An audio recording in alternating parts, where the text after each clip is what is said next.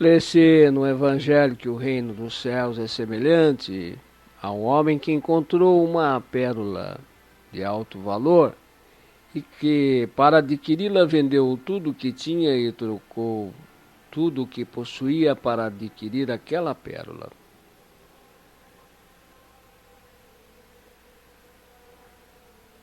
Pois toda a riqueza do mundo deve ser abandonada para se ter o reino dos céus.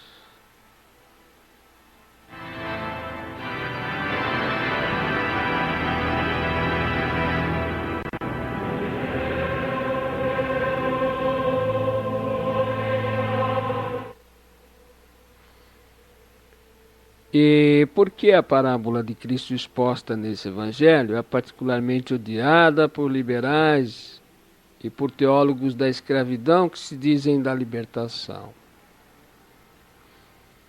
Simplesmente porque nela Cristo mostra que Deus não trata igualmente a todos os homens, mas dando a todos a graça suficiente, dá a alguns mais do que a outros. Depois, para piorar, para os teólogos da escravidão marxista, ainda cobra juros do que lhes confiou, juros, né? Disse Jesus aos seus discípulos esta parábola. Um homem partindo para o estrangeiro chamou os seus servidores, lhes entregou os seus bens, e a um deles ele deu 5 talentos, e a outros 2, e a um terceiro 1, conforme a capacidade de cada um, e logo esse senhor partiu. O que tinha recebido os 5 talentos foi os fez render ganhando outros 5.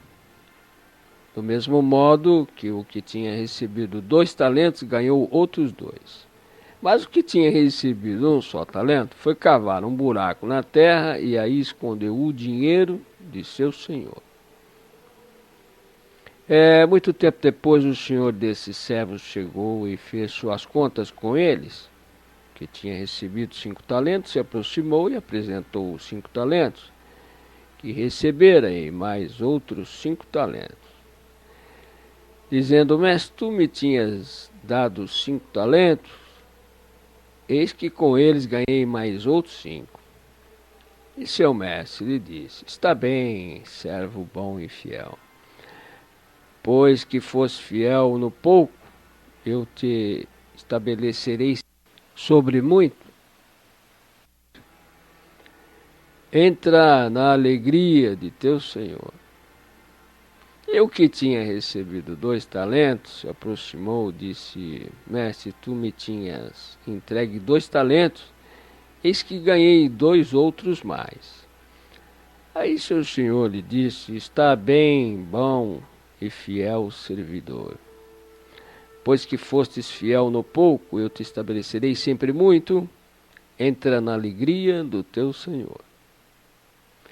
Mas aquele que tinha recebido um só talento aproximou-se e disse: Mestre, eu sei que tu és um homem duro, tu colhes onde não semeaste. Tomado de medo, fui esconder teu talento na terra. Eis tu tens aqui o que te pertence. O senhor respondeu, né? Servo mau e preguiçoso, tu sabias que eu recolho o que não semeei? Ser-te-ia preciso confiar meu dinheiro aos banqueiros, quando dá minha volta, eu teria recuperado meu bem com juros. Tirai-lhes, pois, seu talento e dai-o àquele que tem 10, porque aquele que tem será dado em abundância, e a quem não tem será tirado.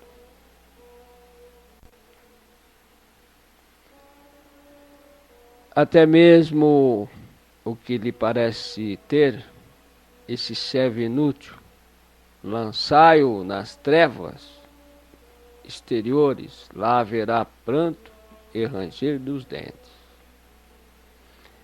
Isso está em Mateus 25, 14 e 30, né? Bem, claro que para a teologia da libertação, que prega a igualdade revolucionária diante de Deus, essa parábola é dura de roer, né? Pois nela fica patente que Deus dá talentos, graças sobrenaturais e valores naturais, desigualmente aos homens. Portanto, por essa parábola fica condenado o primeiro artigo da Declaração dos Direitos do Homem e do Cidadão, redigido nas lojas maçônicas de Paris, e que afirma que todos os homens nascem iguais, falsos, né? Nascemos com desigualdade de talentos e de graças, das quais Deus nos pedirá contas um dia. Mas ainda Deus aceita e quer juros dos talentos que nos deu. Isto é, Ele quer que façamos frutificar os bens naturais e as graças sobrenaturais que Ele nos dá, né?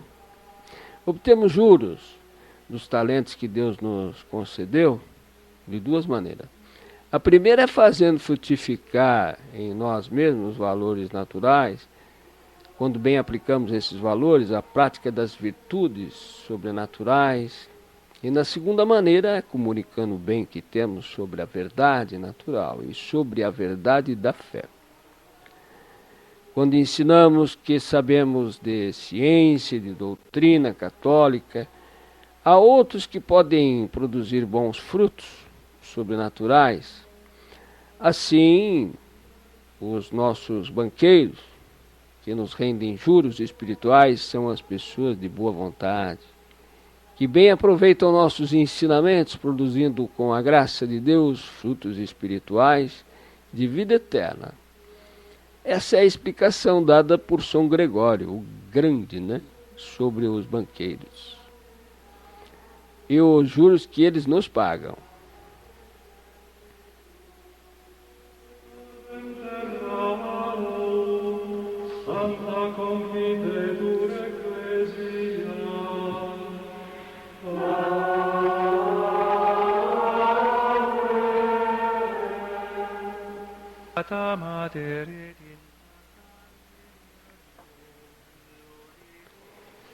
E o servo mau parece bem ser da teologia da libertação, pois que ele acusa Deus de duas coisas. Primeiro, de ser duro. Em segundo, de colher onde não semeou, né? Isto é, de ser como um homem que cobra juros sobre o que confiou. Vejamos agora mais a fundo e com mais pormenores como São Gregório o Grande comentou essa parábola. Ele começa nos explicando o que significam os talentos dados aos servos e diz que os 5 talentos representam o conhecimento da lei natural dado aos pagãos. Os 2 talentos representam o Antigo e o Novo Testamento, dado aos que creram em sua doutrina, enquanto o talento único significa o Antigo Testamento dado aos judeus. Os pagãos que foram fiéis ao conhecimento da reta razão, obtido através dos 5 sentidos exteriores, depois em recompensa pela sua fidelidade à verdade natural que compreenderam, foi-lhes dado muito mais conhecimento. Receberam a fé e a lei, pois acabaram recebendo os 10 talentos, os 10 mandamentos, por meio da pregação apostólica, especialmente de São Paulo. Os judeus que enterraram o seu talento, isto é, tiveram um entendimento somente literal, humano, né? Terreno, na verdade, revelada. A eles foi-lhes tirado o que havia recebido, pois quiseram um reino na terra, já que haviam enterrado o seu talento. Eles que eram tão ciosos da lei, nós o sabemos hoje, acabaram defendendo apenas uma prática material da lei, e no final pela cabala, terminaram por defender a santidade do pecado. Os pagãos acabaram por receber o talento que fora dado aos judeus, que perderam até o que pensavam ter. Porque quem quiser salvar a sua vida, perdê-la. Isso está em Marcos 8:35. Mas enquanto os cristãos são figurados na parábola pelos que receberam 2 talentos, o Antigo e o Novo Testamento, né? A verdade revelada por Deus e a sua lei. A fé para a inteligência moral, para a vontade que fizeram frutificar esses 2 talentos. Em frutos de boas obras e em apostolado, convertendo a muitos. São Gregório explica então que os 5 talentos dados ao primeiro servo representam os 5 sentidos exteriores que nos permitem aceder ao conhecimento da realidade e, portanto, ao conhecimento da verdade natural. De fato, os pagãos, especialmente os gregos e romanos, aproveitaram bem o conhecimento alcançável naturalmente e deram ao mundo a filosofia, a arte e o direito. Convém aqui fazer uma rápida digressão entre os 5 talentos e os 5 sentidos do corpo humano. Os pensadores medievais, entre eles os chamados vitorinos, mostram que os sentidos exteriores, vista, ouvido e olfato, paladar e tato, destinam-se à manutenção da vida natural. Ora, a vida natural pode ter graus,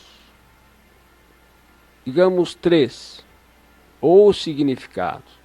A vida natural mais elevada que podemos ter é a vida racional, inteletiva. Depois é a vida física. E, finalmente, temos a vida da espécie humana. Essas 3 vidas precisamos conservar e fazer frutificar. Para a manutenção da vida inteletiva, Deus nos deu especialmente 2 sentidos que nos transmitem o conhecimento da realidade exterior a nós: a visão e a audição. E por que a vida inteletiva é a mais elevada? Segundo o ponto de vista natural, vista e ouvido foram postos por Deus no mais alto da cabeça humana. Vista e ouvido nos permitem melhor aceder ao conhecimento da realidade. Por isso, depois da loucura, o pior defeito físico é a cegueira.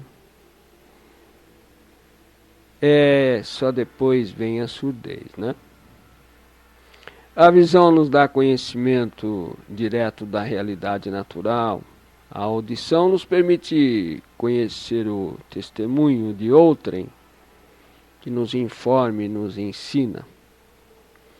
Ora, como a fé é uma forma de conhecimento superior, a qual temos acesso para ouvir o testemunho, a revelação.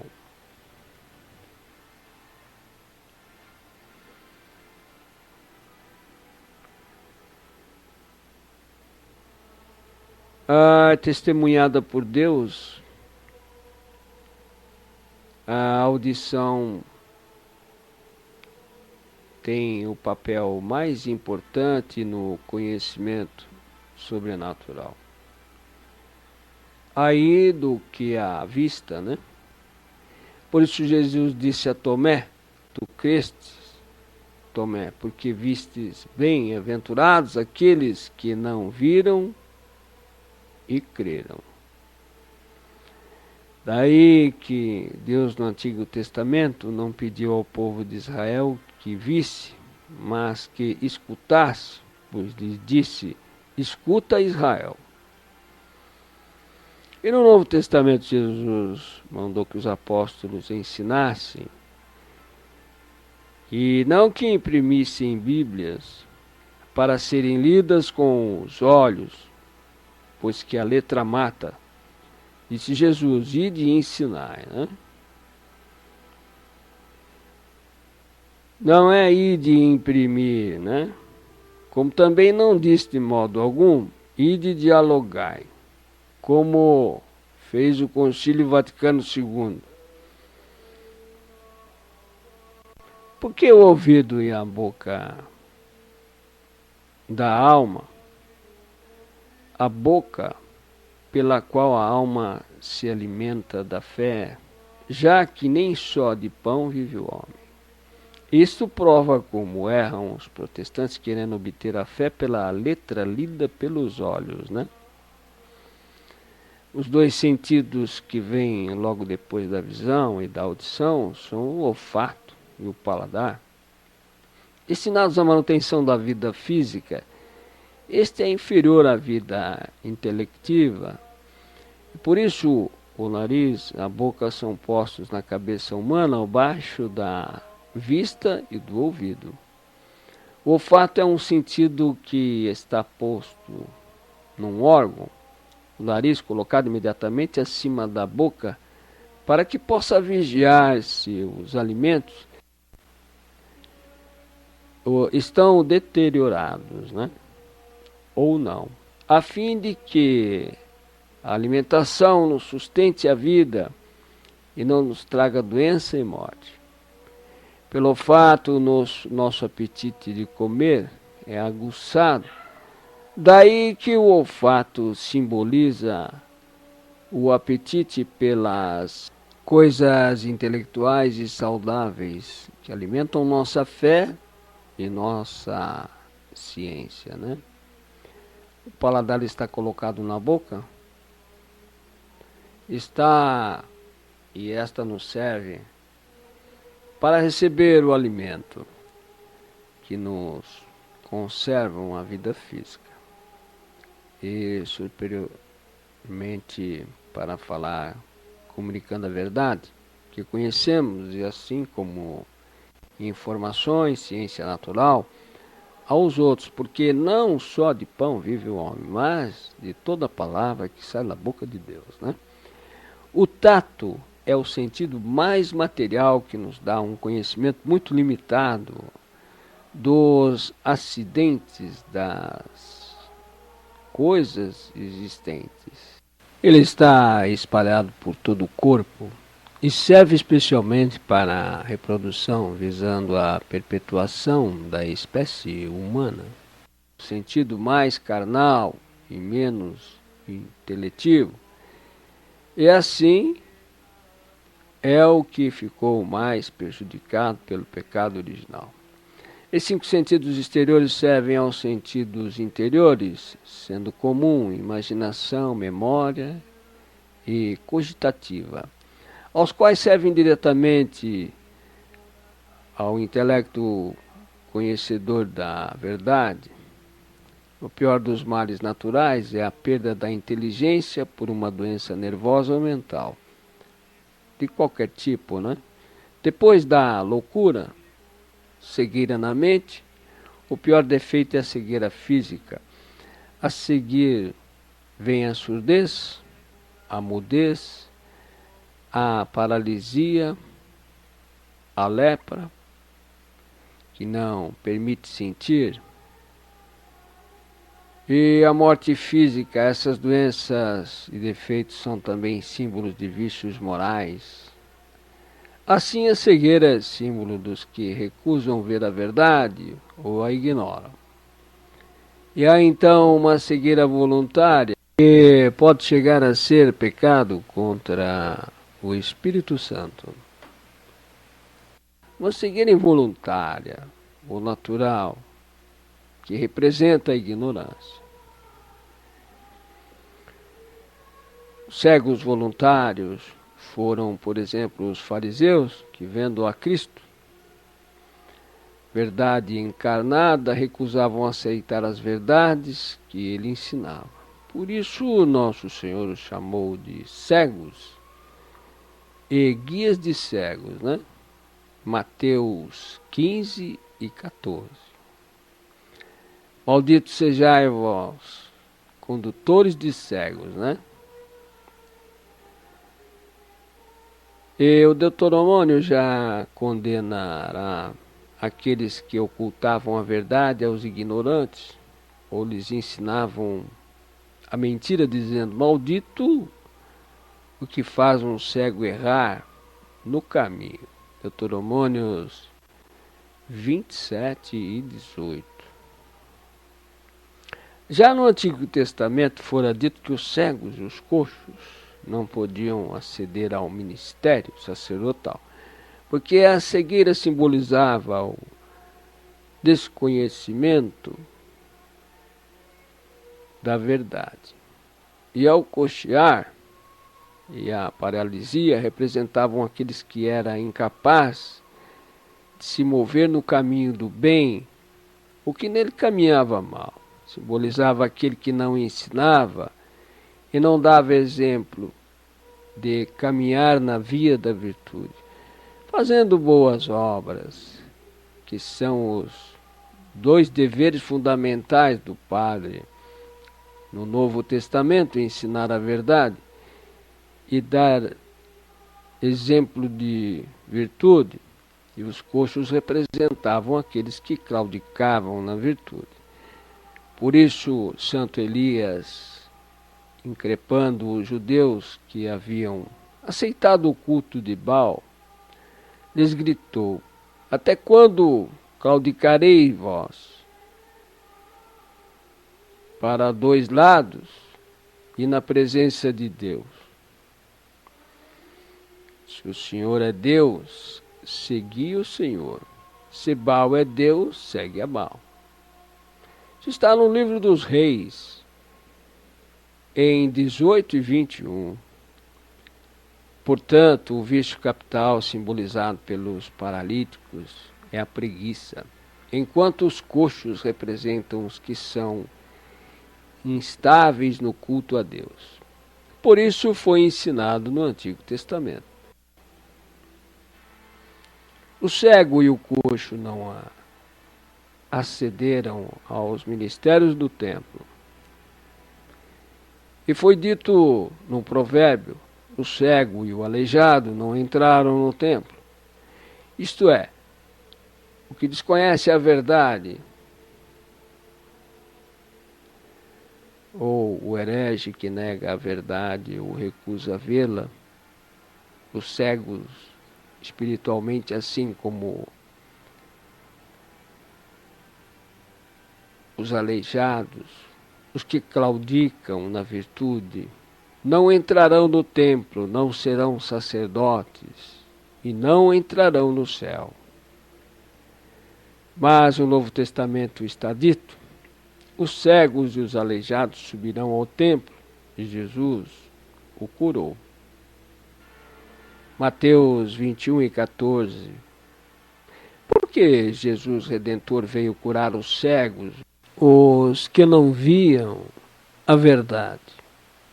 E os coxos, os que praticavam mal a virtude, ou não praticavam, senão temporariamente?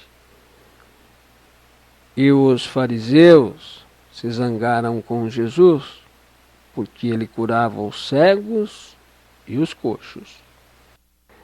A surdez física é símbolo de surdez espiritual, pecado daquele que não quer ouvir.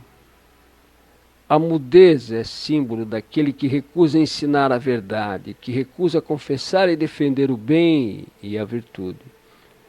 Por isso, Jesus curou um homem que lhe foi trazido possesso de um demônio, que o fazia cego e mudo. Jesus expulsou esse demônio, fazendo o cego ver e o mudo falar. Isso está citado em Mateus 12, 22. Porque aquele que conhece a verdade é obrigado a ensiná-la e a não se calar. No Evangelho de São Marcos, nos diz que Jesus expulsou um demônio de uma criança surda e muda, dizendo: Espírito surdo e mudo, eu te ordeno, saia dele e não entre mais nele. Marcos 9 e 24. Porque a surdez e mudez diabólicas, né? Dissemos que o olfato é um sentido que nos favorece o apetite e o paladar. Essa apetência de comida e o olfato simboliza, né, o interesse pelo conhecimento da verdade, visto que não só de pão vive o homem, mas de toda palavra que sai da boca de Deus, né? Exemplo de pessoas que não mostrou apetência por um conhecimento maior da verdade. Um moço rico que recusou negar-se a si mesmo, dar tudo o que tinha, tomar a sua cruz e seguir a nosso Senhor.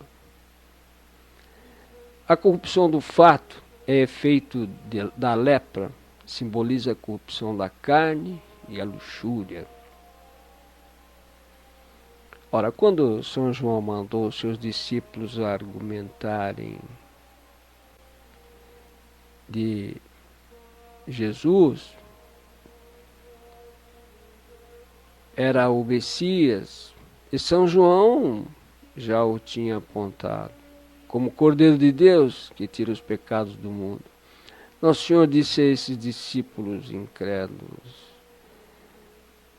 de São João: ide dizer a João o que ouvistes e que vistes. Os cegos veem, os coxos andam, os leprosos ficam limpos, os surdos ouvem, os mortos ressuscitam, os pobres são evangelizados. Mateus 11 e 4. A parábola dos talentos, pois como a explanação Gregório serviu para nosso Senhor mostrar aos judeus que se eles não o aceitassem como Redentor, o talento que eles tinham recebido de Deus lhes seria tirado e dado aos gentios, que seguindo a lei natural, conhecida através dos sentidos e da razão natural, foram capazes de aceder ao nível espiritual, acabando por receber a boa nova do Evangelho, completando os 5 talentos com os mais 5, isto é, recebendo os 10 talentos, a perfeição da lei resumida nos 10 mandamentos. Enquanto isso, os judeus, por terem enterrado o único talento que haviam recebido, por fazerem uma interpretação terrena do reino de Deus, nada produziram espiritualmente. E porque foram voluntariamente cegos à luz de Cristo, verdade divina, ficaram sem a compreensão do valor do talento que haviam recebido, passando a interpretar o Antigo Testamento de modo somente terreno, material também. Foram os mortos pela letra e se tornaram cegos ao meio-dia, como foi escrito nas maldições lançadas por Moisés contra os judeus, caso fossem infiéis, como de fato o foram. Fira-te o Senhor Deus de loucura e por cegueira, e com furor de mente, e tateis ao meio-dia, como costuma tatear o cego nas trevas, e não sejas capazes de dirigir os teus passos. Malditos, pois, os que, por culpa própria. São cegos da mente por recusarem a luz da verdade.